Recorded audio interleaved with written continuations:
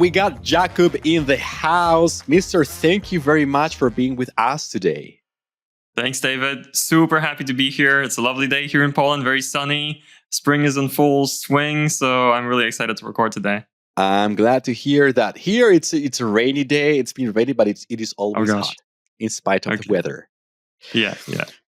Great. Jakub, I have you here, and I'm very glad because you have experience in both areas that we need to cover here.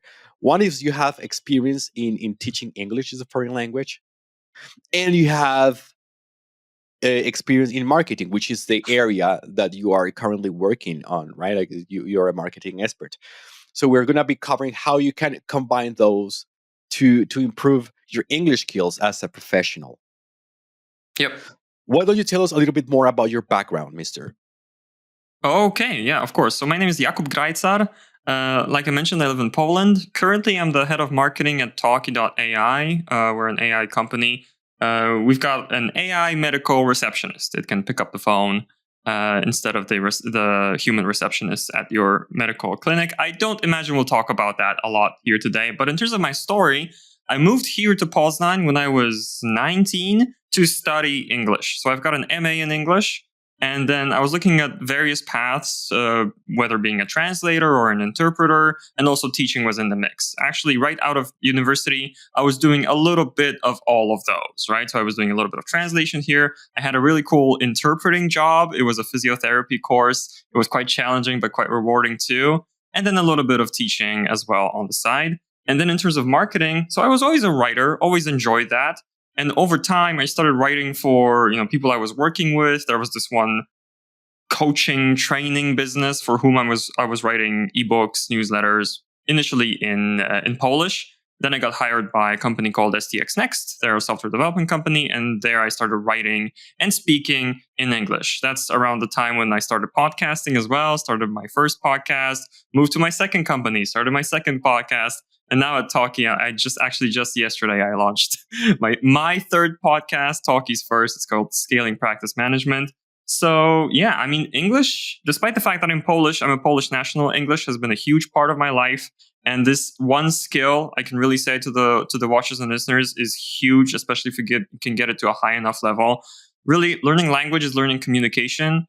And good communication is good and clear thinking. So that's a skill that everybody should have. It's one of the core skills.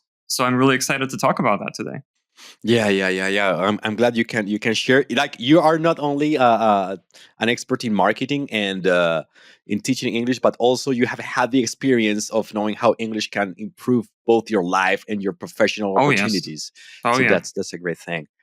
Good. The topic we're going to be covering today, Jakub, is improving your business communication skills and your marketing communication skills, yes, or vocabulary through immersion. Yeah, because English is not just doing the course, it's not just reading the book or watching the YouTube thing. It's like also diving into the whole interaction and the whole experience of communicating with other people in English. So why don't you tell us a little bit about how immersion can help professionals to improve their business communication skills in English?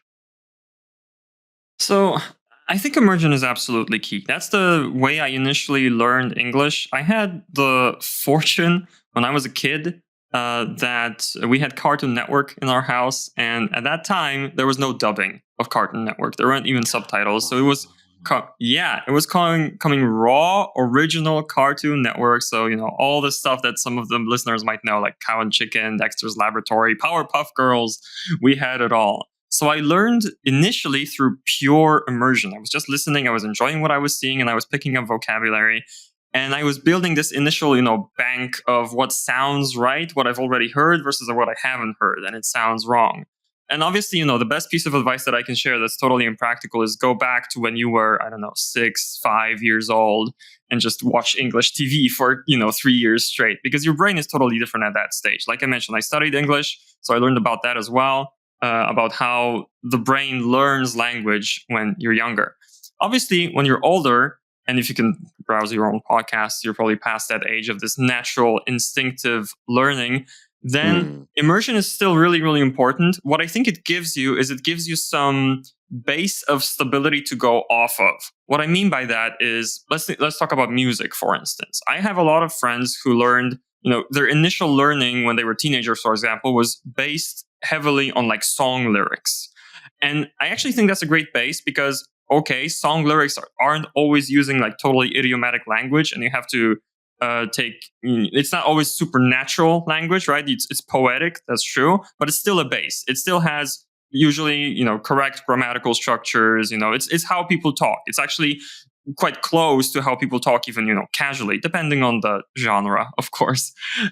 So what I think immersion is the most key for is to just have this basis of stability of, oh, I've heard this before. This is familiar. I know of this grammatical structure, and then I can do substitutions, right? So if you know the Beatles, All You Need Is Love, and you've heard that song 100,000 times, then if you want to convey that specific meaning, you can just substitute the word, right? So you can say, all you need is, I don't know, the first thing that comes to mind is money. Coffee. Sorry. Oh, coffee. What All comes you to need mind is is coffee, coffee. right? Yeah. Yeah, and that's how I like to learn, whether it's, initially English or some other phrases, just those simple substitutions. Like, I know that the framework works as a sentence, but I substitute something, in a phrase that I learned through immersion, and that helps me to produce something that makes sense to the listener, right? To the other, to the counterpart that I'm talking with.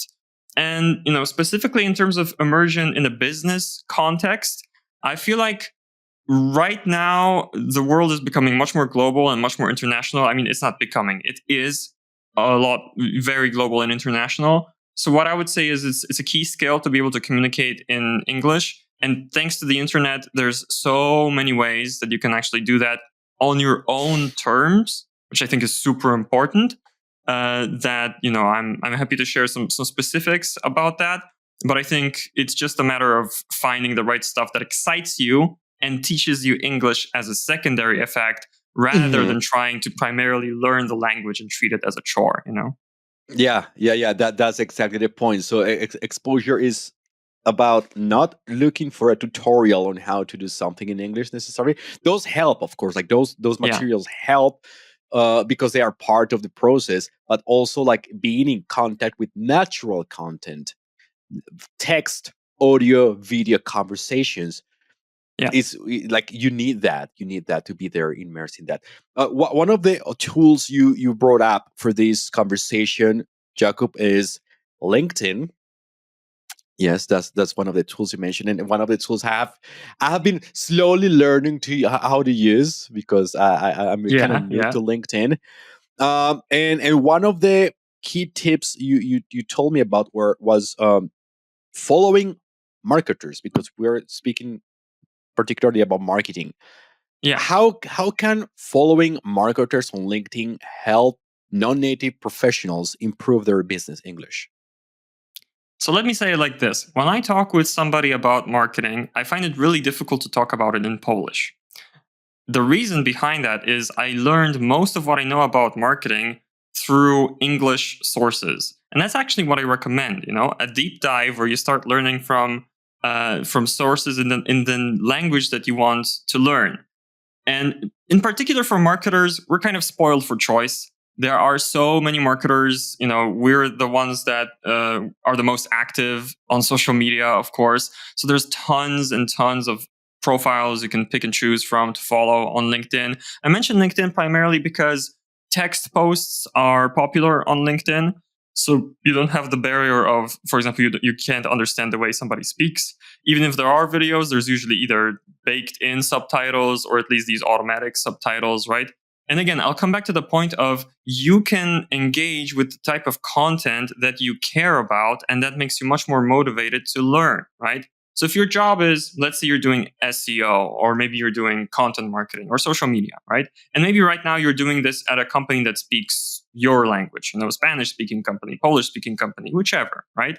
But if you want to learn from other sources, I would start there. I want to improve my skills in social media. I'm going to follow some specifically social media influencers. Well, not influencers on social media, but experts in social media marketing is what I mean, right? Or content marketing experts or podcasting experts, right?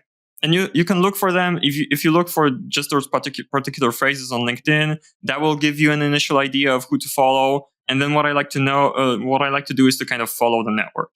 If you follow some of the biggest names, and like for example, Dave Gerhardt is one of the biggest marketing profiles out there right now, and he's like a good entry point for basically anyone in terms of marketing. A few years ago, Chris Walker was quite popular, but he's not posting that much anymore.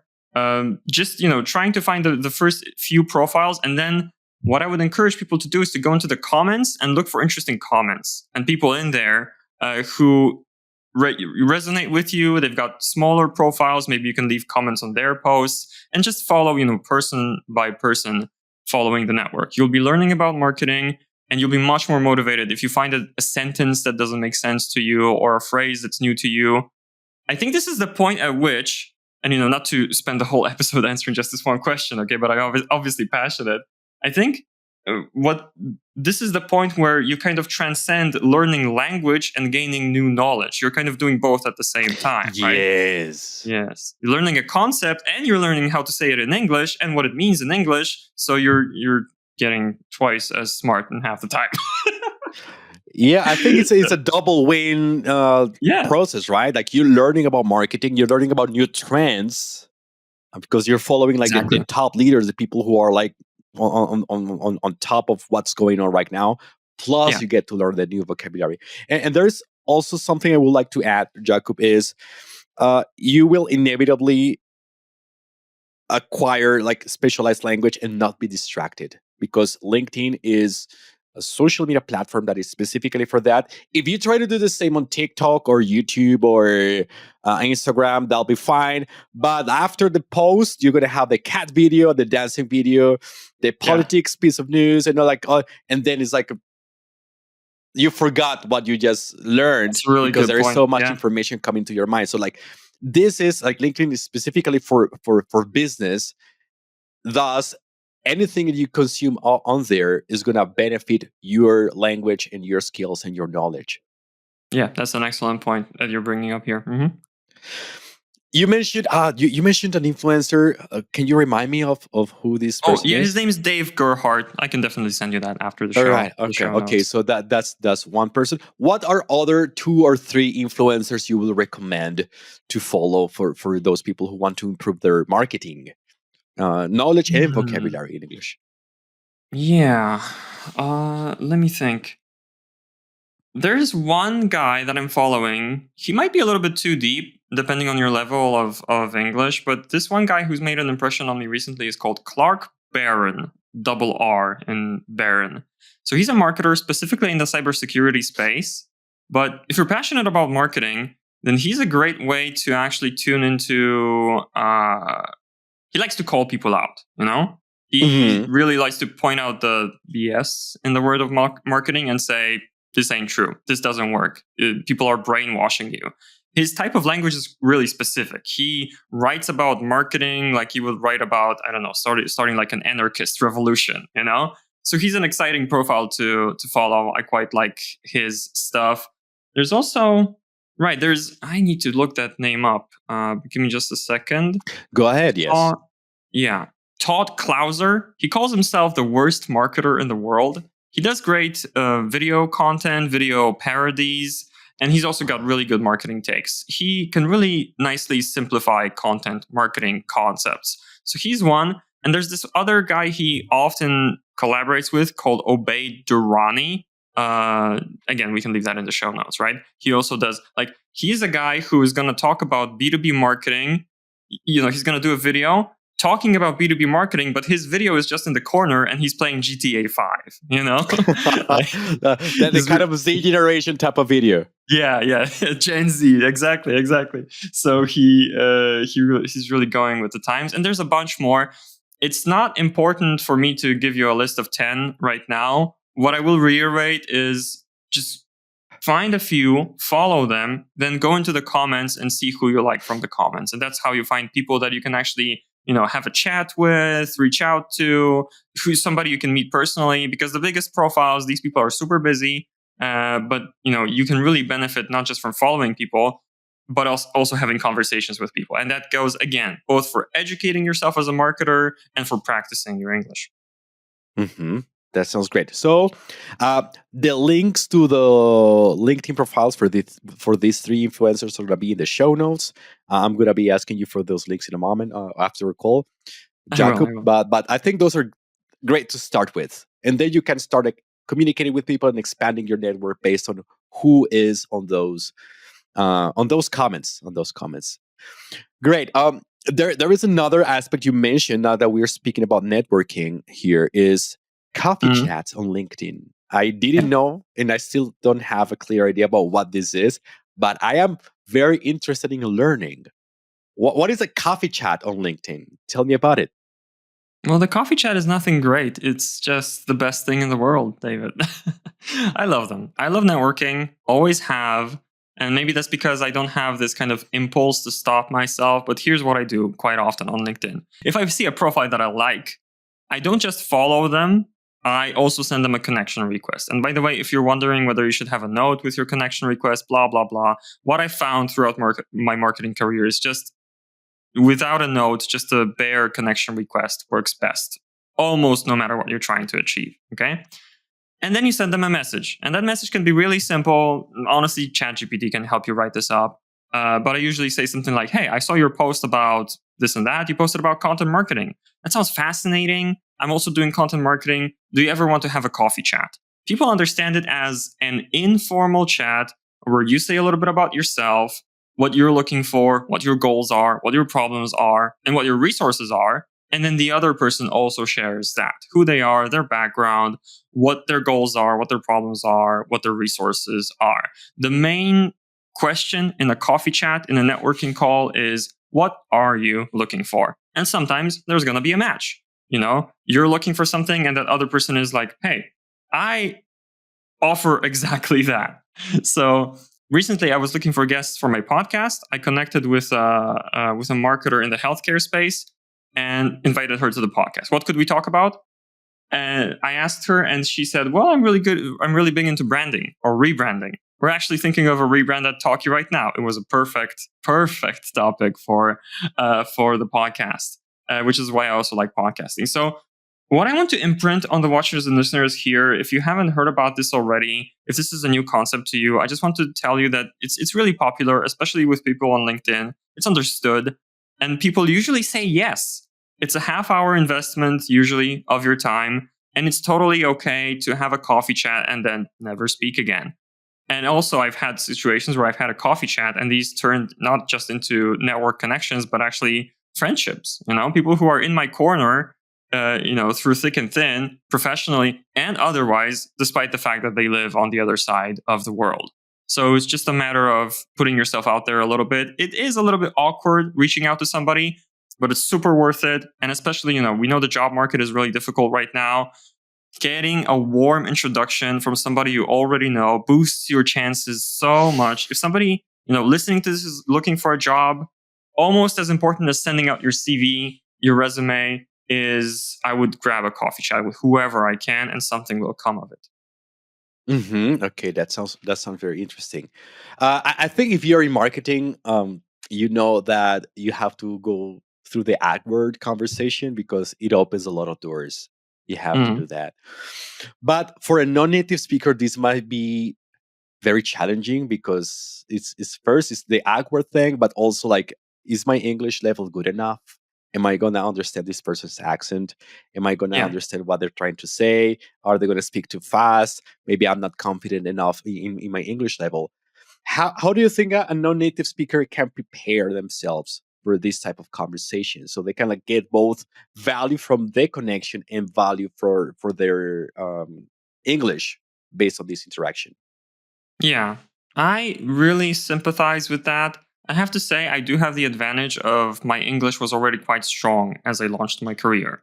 But putting myself in the shoes of somebody whose English is not that strong, A few ways that you can prepare is one, think of what you are likely to talk about within a conversation like that. There's usually segments that you can really prepare for, that you can really expect. So almost invariably, somebody's going to ask you, what do you do? Right? Where do you live? What do you do? Sometimes there's personal questions like, do you have any family? Or, I like to ask, what's your story? So be prepared to talk about stuff like that. Your background, your previous jobs, if any, what you studied, where you live. Be prepared for small talk too, and small talk is usually about what the weather, sports teams, your job, maybe, family dynamics. Have you got an older sister, younger brother, something like that, right? So, and I would honestly, relative to a few years ago, a great tool for that would be ChatGPT or any other LLM, right? You can simulate a conversation like that. You can use the voice mode, and you can really, really go quite far with a tactic like that. So that's one thing. Another is to learn to really to structure questions really well, because if the question is misunderstood, that can derail a whole conversation, right? So that's a key thing. You'll be asking quite a few questions on a coffee chat like that, and the way to make things easy for you is to ask more questions and listen more than you talk. People appreciate that either way, and it's a good relationship building tool in general. Speaking of which, when somebody finishes a sentence, because that's a stressful moment, right? If you're not comfortable with the language, somebody's talking, talking, talking, you're following more or less, but then they stop talking. And especially online, it's like, okay, what do I say next to keep going with the conversation? I would say have a few phrases ready so that you always have like an escape hatch, something that you can have, in your back pocket. So for example, you can use active listening. Somebody's talking about their career and they say, and that's how I ended up in marketing and I'm a head of marketing right now. You just repeat that to them to keep them talking. You're a head of marketing right now? And they usually just keep talking, because people usually stop because they want to have some, give you a turn to speak or have some reassurance that you're open to listening again, right? Instead of just repeating the words, you can say, you mentioned that you're a head of marketing, or can you tell me more about being head of marketing? Just have those phrases ready so that you have something, again, like a base to latch onto, like an area of safety in your language, if you will. That helps a lot to push the conversation along. And I think those would be my kind of top of the dome tips. Of course, it's good to, I guess the last one would be practice, practice, practice, right? Practice with an AI if you want to start there, but get yourself out there and just try to have as many conversations as you can. It's going to get more natural as you go along. And again, for this particular type of conversation, you will learn the typical elements of it, and you can prepare for each element one at a time and kind of eat the elephant one bite at a time, so to speak. Mm-hmm. Yeah, something I do often for these conversations is, as you mentioned, I listen. Active listening is very important here, and then you use the information the interlocutor is giving you, and you try to dive deeper into a particular aspect. So, oh, tell me more about this, or oh, what happened with that thing? Yeah, so like you just Yeah. use what they have, and you just go deeper into it. You don't have to go for extra stuff or make up new questions. You just can go deeper into what you are already talking about. Yeah. Great. Or you can say, if I may, they might mention some concepts that you've never heard about. So you should be prepared for that as well. So you mentioned XYZ. You mentioned, I don't know, inbound marketing. I've never heard about that. Could you explain it? That's also something to. But it's like you said. Tell me more about it. Tell me more about it. And people really like to talk about what they do, what they're passionate about. So if you're open, if you add a little bit of humor or at least a little bit of smile into the conversation, then that can work really well. Mm-hmm. Totally agree. Jacob, you mentioned a couple of times you've mentioned using ChatGPT as a way for preparing for these type of interactions. I'm thinking, for example, and this is something I have done with my students. I give them a whole list of conversation prompts. Yes, like I give them like 50 questions. So if they just go blank, they just pick a random question, and that will set up the conversation That's again. cool. What type of prompts or what type of instructions you think we could give ChatGPT so it can help us prepare for these type of interactions? The way ChatGPT works right now, I think the very first thing I would start with is try to use some of because even for a free profile right now, you've got some of the more advanced options available. These used to be paid, now they're free, like custom instructions. You can set up your ChatGPT to speak in a certain way, and that helps you structure the conversations right off the bat, right? So you can say, be brief, or you can say, be friendly, or use simple language, whichever, right? So I would start there and kind of try and tweak that and see what works best for you. And the nice thing about it is you can talk about that with ChatGPT as well. You can start with a prompt like, help me write custom instructions for you. I was floored how useful it was to have a conversation with ChatGPT about improving ChatGPT. Okay. And then the other thing is, there's a lot of prompting tutorials out there on the internet. I would say the most important thing is to experiment and to find something that works for you. Sometimes you're going to want to try giving them a role. Assume you're an English teacher. And your goal it is good to talk about a goal, an ultimate goal. Your goal is to teach me English in a way that is tailored for me. And I would like for you to teach me how to talk about, I don't know, work, or how to have a networking conversation, right? ChatGPT responds to everything you say. The one thing is, you have to be mindful of how the software works itself. So if you're having a very, very long conversation and it starts falling apart, sometimes it's worth it to start a new one. If you have a lot of context to talk about, then it might make sense to give ChatGPT a file. One thing I would try, for example, is you probably have your CV, your resume, in a PDF file. You can feed that into ChatGPT and you can say, help me have a conversation about my professional background. If I were interviewed, what questions would I get? And how might I be able to answer them? I want to learn the phrases. I want to learn, it's really important to state your wishes really clearly. I want to learn simple phrases that I will remember, that I can call upon almost any time. And coming back into marketing and getting a job as marketing yourself, right? You can ask about, what's a story that I can tell about myself that would be compelling and memorable? Or, how can I present my strengths? Maybe you are I don't know, content marketing writer or a social media specialist, but how can you turn that into, actually I'm a communicator. I have strong communication skills, turn it into something more general so that it clicks in the mind of the person interviewing you that, okay, they've got broader expertise. They can be applied to a variety of different things, because it's good to be versatile. It helps your chances. So okay, that kind of went in a different direction too, but that's ChatGPT for you, right? You can use it in a variety of different ways. Obviously it has a little bit of a bad reputation. It's all about how you use it, but definitely worth playing around with for marketing, for your career, and for your English, definitely as well. Yeah, and you might as well try other similar tools, right? I've been using Gemini lately. I've noticed that it does give me better answers than ChatGPT, but it doesn't have like the image generation function, which I sometimes need. So feel free to experiment with different tools and see which one provides the best type of interactions for you. That's true. With Gemini, I like to use the voice chat feature. I feel like it's really, really smooth, and it doesn't have really strict limits. If I were to just do writing, I recommend Claude, Anthropic's model. I think it's the best one for writing, and it has like the best default style. When I use it to generate blog posts or like parts of blog posts, it requires the least editing on my end. ChatGPT, on the other hand, I feel like it has the most advanced features, but this is changing all the time. This is going to be out of date by the time the episode is published, or a month from now. So you just gotta stay up to date on what's the best, and experiment. Try these out. Yeah. You never know what's going to happen the next day when it comes to AI. Oh yeah, it's interesting times for sure. All Are we right. even real? Are those two? Is this two AIs talking to each other? Big reveal Is time. the Matrix? Yeah, exactly.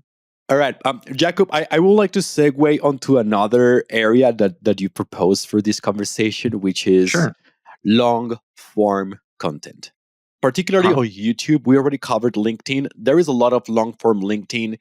There is a lot of long form content on LinkedIn, particularly in the form of text. But we can also have the video version for that, and maybe YouTube is a great platform for this. I have a conflict with short form content. I think if you want to feel like you're learning something, you go to short form. But if you actually want to learn something, you go to long form content. Yeah. Yeah. YouTube is a great resource for that. Uh, you mentioned, for example, a great tool for learning by using long form content in YouTube on YouTube is video essays. Yeah. Yeah. Focused on marketing. Can you expand a little bit on that, please? I mean, focused on marketing is a qualifier that I would actually take away here. So, you want to learn marketing and you want to learn English. Sometimes you can do both. But in terms of immersion, in terms of giving yourself a lot of exposure to English, you probably don't want to be thinking about marketing and work all day, right? I am quite obviously and quite famously a big podcast fan and a big video essay fan, and those two really overlap. What I mean is, you learn language best when the content is about something that you're passionate about. And the one advantage that YouTube has is it has the biggest breadth of content. There are YouTube videos about everything under the sun and then some, okay? So if you're into, I don't know, if you're into old school video games, there are tons of channels for you. If you're into music and you want to learn about music theory, tons of channels for you. Right? And they give you examples and they're entertaining. They make it like a comedy skit. The YouTubers, because the competition is so huge, they're keep innovating to try and make this stuff engaging and memorable and understandable and clear. So it's great. I personally love to listen to, like, for example, I have a few friends who like anime, right? And I'm not a big anime fan, but sometimes they talk about like the biggest anime series, and I don't even know what these are about. I could go and watch the whole series, but I am a busy man, okay? So I watch like these 2-hour reviews that are not just reviews, but they also kind of tell you the story, they summarize it, they help you understand it. And now I know about, I don't know, Neon Genesis Evangelion, right? I had no idea what this was about. Now I can hold a conversation at least, right? And that's nice. What I would also recommend is, to be honest, if you find a video that you really like, a video essay, these are usually, primarily spoken. You don't have to necessarily keep watching. You can have it running in the background, like a radio, for example. If you find one that you really like, I recommend rewatches, okay? Especially as you're learning the language. A lot of people learned English like that. I'm sure you know that too, David, where they learn something by heart and then they use that as their base, right? So there's this cool channel. Her name is Jenny Nicholson, okay? And she's really into Disney stuff, Star Wars stuff, books. She watches things or experiences things and then comments on them. She's got a 4.5 YouTube essay on a Star Wars hotel that functioned for like a year and then it was shut down. She went to the hotel and she shares her thoughts and why it shut down, etc. As I'm doing chores, I can't always focus too strongly on what I'm listening to, but I like to have something in the background, right? That video from Jenny, I think I listened to it 3 times already. Okay. And I'm so familiar with it that I know what's coming now. I know, the phrases she's using, and then you assimilate them for yourself. And then you see yourself using them in your conversations. So it kind of all goes back to immersion. Immerse yourself in music, immerse yourself in text is great. And then video essays are another way to do that. And again, the main advantage that they have is there's so many different topics. Just search for anything you like and you find somebody talking about it for an hour, okay, or more. Have you ever, okay, I'm going to ask you a specific question. Have you ever heard of Lego Bionicle, those old Lego sets? I did see the ads on TV a long time ago, yes. Exactly. So when I was a young kid, I played with them. I was obsessed with them, right? And then I lost interest. So I played like the first 2 or 3 generations. Bionicle was going on for like 8 years. Recently, I found, I kid you not, a 13-hour video essay about the lore of Bionicle.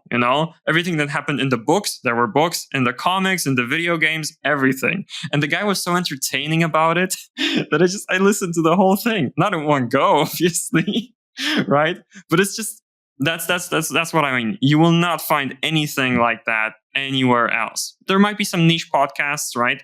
But it is useful if you go with the YouTube route, because audio only podcasts are intimidating in the sense of you have no visual aid. You don't have subtitles quite often, which is why I would recommend YouTube over that. You at least always have those automatic subtitles, and for a lot of those videos, you also have manual subtitles as well if it's a big enough channel. So yes, I'm really passionate about that. I don't know, maybe it's a sign of age that I watch video essays on YouTube, but I honestly really enjoy it, particularly because there's so much different niche stuff there. Oh, and if you're into video games, I recommend one specific one. There's a channel called Summoning Salt, and it's all about video game speedrunning and the history of world records in speedrunning video games. Mario Kart, Super Mario, Pokemon, what have you. So, but yeah, I could talk about that for an extra hour. I'm going to stop there. That could be a whole episode, learning English through video games. I think we had a podcast episode some time ago about how to learn English through video games. There are not many video games designed for learning languages, sadly. Yeah. But still, I think the commercial video games are a good tool for that.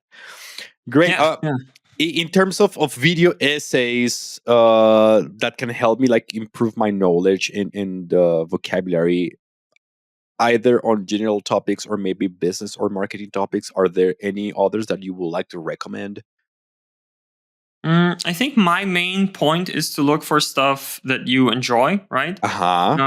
There's stuff that you can start with that's very, general and most people are going to like. So you can maybe look for talk shows, like one of the biggest channels on YouTube right now is John Oliver, right? So John Oliver episodes, he does comment on like, politics, world events, etc.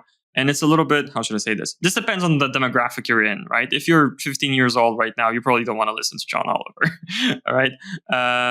Depends on who's listening to our episode here today.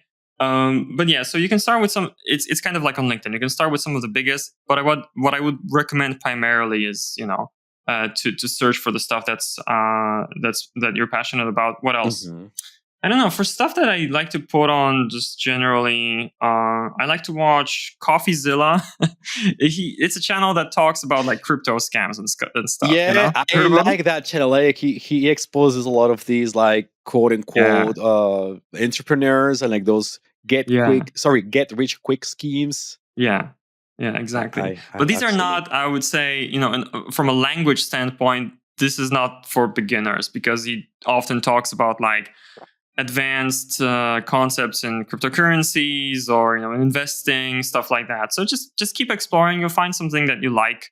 I would definitely go with something that talks about something that you know. So if you have a favorite video series, a favorite artist, start there, or favorite actor, right? I'm a big fan of Keanu Reeves, so sometimes I watch videos about him, or I watched one about Jim Carrey that was super fascinating. So start with something that you know. That will help you because you might have some of the existing vocabulary there already. So yeah, the particular channel isn't as important as the way you browse. So I would say that. And also, coming back to video games for a second, again, this is because I learned like that too myself. Again, this is an issue of motivation. When the words on your screen mean something and can make a difference in your game, right? You're really focused on learning, like, at least what's the difference between this item gives me damage and this item gives me defense, because I want damage, right?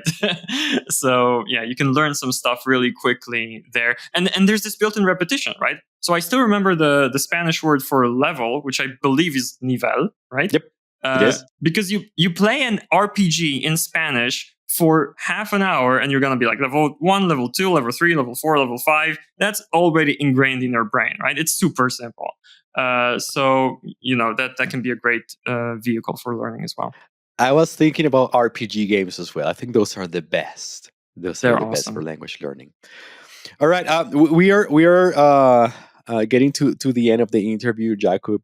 You have shared a lot of very, very important tips with us, and a lot of very important resources as well that are going to be listed in the show notes for those listening. To wrap up, I would like to ask you, if you were a learner, like imagine like Jakub before learning English for the first time, or if you already had some level and you wanted to improve, Mhm. for professional purposes, what is something that you will do? What tip will you give a person that is going through the same process? I think the main general tip is to find something you enjoy and learn language through that. So, everything that I talked about today, some of it hopefully resonated with you. Maybe you really do want to find out, I don't know, about the lore of Bionicle or some other old series that interests you. Then go that route. The main thing is, it's kind of like with working out. The point at which it sticks is the point at which it becomes enjoyable, right? And you really need to learn to enjoy the process, and it won't be like that from the beginning. But I would say be selfish about it, be lazy about it, make it as convenient and comfortable and fun for you as possible. I will say it again, I learned initially by watching cartoons, then I learned by playing video games, and then I learned by talking with people, and I love talking with people. And that's why today I'm so good at English. I also did the whole university thing, but that was honestly quite fun too, uh, in a sense, to go deep into a discipline, right? And we had good teachers and stuff. So that's the main tip. Look for something that you really enjoy, and thankfully, right now with the amount of content, it's really great. And then for troubleshooting, when you have issues, I would again recommend ChatGPT. Why is this correct? Why is this not correct? Is there a situation in which it might be correct? The way it kind of grabs context and you can ask it nuanced questions, that's something that I didn't have when I was learning English, and it's a huge boost right now, so don't sleep on it. But the main thing is find something that's fun and use that to learn. Yeah, there is another tool. I'm not going to go into it today because I haven't explored it yet. It is Google's Notebook LM, which is like even Yeah. more specialized. I'm going to explore that and maybe create an episode about it. But I think it will help also when it comes to specialized things. And I totally agree with you, Jakub. Like, don't focus only on the technical side of things or the transactional side of the language. Also, find things you're passionate about. Like, well, it doesn't have to be related to work. It might be related to, I don't know, cooking or sewing Yeah. or DIY or computer. I don't know, whatever you like. And like, there is a thing, and I'm sure you as a teacher are aware of this, is skills are transferable. So like all those language skills, knowledge, or like processing skills you get from this other type of content can be easily transferred into work settings. So like that time is going to be very valuable both for emotional being and for your personal being, and also Yeah. for job related skills later on. Exactly. It all helps. Yes, yes, that's it. All right, Mister. Thank you so much for all this golden information you have shared with us today. If people want to learn more about the information you're sharing, because I know you also share a lot of very cool information related to marketing, and you have a new podcast, where can we find you? So first of all, I want to say, David, this was a super fun conversation. Thanks for having me on the show. I usually talk about, strictly only marketing and stuff like that. It was great to talk about something else and to come back to my roots in terms of talking about English, because that is what I studied. So thank you so much. It's a great pleasure to be here, to have been here. Now, in terms of finding me, I'm particularly active on LinkedIn. Look me up, Jakub Grajcar. And depending on where you find me in life, sometimes I just share dad jokes. Sometimes I talk about my podcast. Sometimes I talk about other people's podcasts. It is true that right now I talk a lot about healthcare because that's what Talkie AI is in the industry we're in, right? So you'll find something like that. But I will say, if somebody's listening to this and you want to go deeper with this, guess what? You can have a coffee chat with me. Connect with me, send me a DM. We'll find a time. I'm not that famous and not that busy yet, so get in while you can. And yeah, and we can start. We can start there because it's a really, if you put yourself out there, it's a world full of really cool people, really kind people who will give you their time. You would be surprised who would. And you can have lots of great conversations, learn a ton, and just have a more fulfilling social network out of all of it. Okay, that's what I'll land on. So I am on LinkedIn primarily. No major platforms other than that as of yet. But if you land on my LinkedIn, you'll learn about everything I'm into. That sounds amazing. Please don't spam him. Yeah, just like reach out nicely. But now do spam me. That's fine. Okay, you have full But not permission with to. like scams and stuff. Just yeah, but you can send me a message. That's fine. All right, as long as it's not a scam, so feel free to Yeah, don't reach out scam. to Jakub. Uh, Mister, thank you so much, and looking forward to having you in a future episode because I know like this combination you have of English teaching experience and marketing experience is going to be very useful for our audience in future episodes as well. So thank you so much. Yeah, super cool. Thank you. And I'm already looking forward to our next convo.